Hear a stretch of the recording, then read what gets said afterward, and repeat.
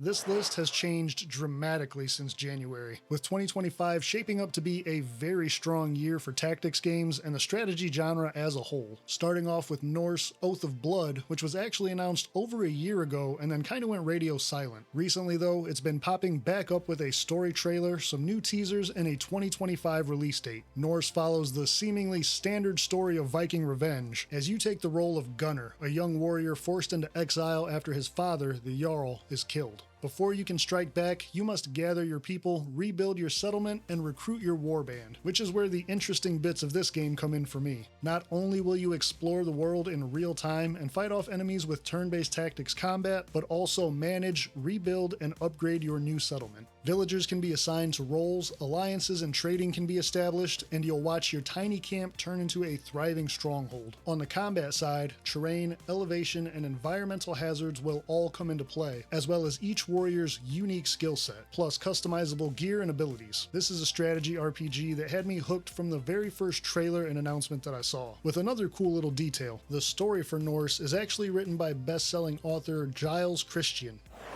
Blightstone came onto my radar when it debuted during the Steam Next Fest, and immediately got my attention. The dark fantasy setting and art style were enough to catch my eye, but the mechanics and nuances of the demo are what really grabbed me. Gridless movement combined with tight battlefields and environmental weapons that weren't just the standard explosive barrels either. I'll forever remember picking up a wolf with my brawler and tossing them down a crater in the level. It's a great example of how the classes, even though they seem like standard fantasy tropes, are actually well designed and executed in a way that makes them feel fresh. The range of abilities really stood out to me, as well as the design and variety of enemies in the small sample that we got. Blightstone also uses some light, darkest dungeon camping mechanics, which was something that I always enjoyed, to manage your party and keep them in the right physical and mental shape moving forward. The game loop is set up to be a roguelite, with your mission being to protect and escort the Earthglass Crystal, eventually using it to destroy the Demon Overlord and stop the Blight. This one does have a demo available on Steam, and it's had some nice updates, but we still don't have a firm release date yet.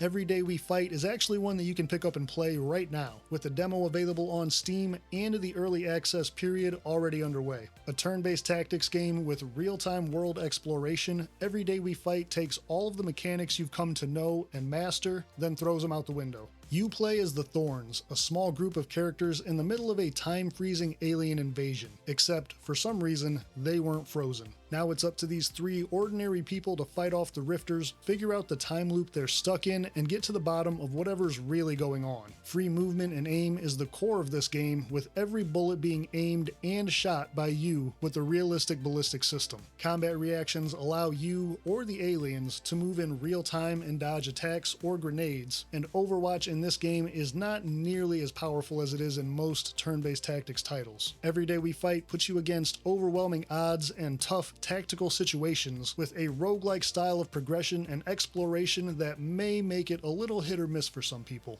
I found the combat encounters to be very rewarding once I got the hang of things, although they can be unforgiving, and it took me a bit to break from those old habits and tactics that I'm used to leaning into. This game has a very solid base, and I'm looking forward to seeing how they improve on it as time goes on. 4X games are admittedly not always my thing, but Endless Legend 2 might just change that. I will say that I never played the first one, but when I got to check out an early preview version of this game, it blew me away. Just a small search into the Endless universe will show you all of the crazy unique species that exist, like the Aspect faction that's a mix of coral and robot. Or an endless favorite, the Last Lords, whose situation and units give off a little bit of a Necron type of vibe. These weird and original factions are part of what immediately had me interested in this game, but the world, complete with dungeons, weather, and tide events, is what sealed it. It felt like a true marriage of sci-fi and fantasy elements, wrapped up in a beautiful overworld with a solid UI and fairly easy to understand mechanics, which can sometimes be a big issue for the 4X genre. Toss in some heroes to upgrade, gear up, and even establish havens and individual stories with, and you've got me sold. The good news is, we don't have to wait long, with the Endless Legend 2 early access release coming August 7th. A lot of these are bigger or more well-known titles, but let me know in the comments, what under-the-radar games are you looking forward to in the second half of this year, whether they're tactics games or not?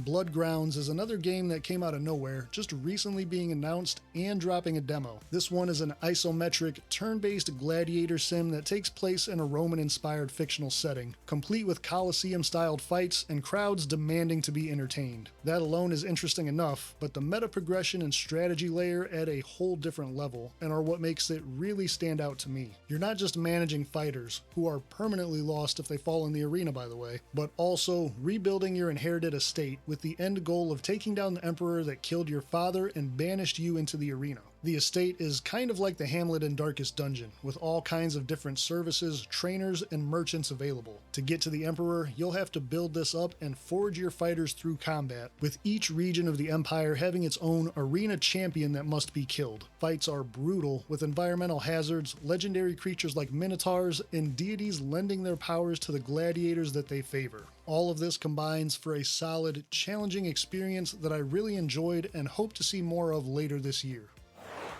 Mars Tactics is a phenomenal looking take on the XCOM style formula that drops you into a labor dispute on Mars. You can play as either workers or the capital side, and each one has its own distinct advantages and capabilities. This game really checks off almost all of my personal boxes: soldier customization and naming, weapon modding, destructible terrain, and airstrikes, with a planet-wide strategy layer that includes resources and supply lines to boot. Honestly, it reminds me so much of a tactical version of Red Faction.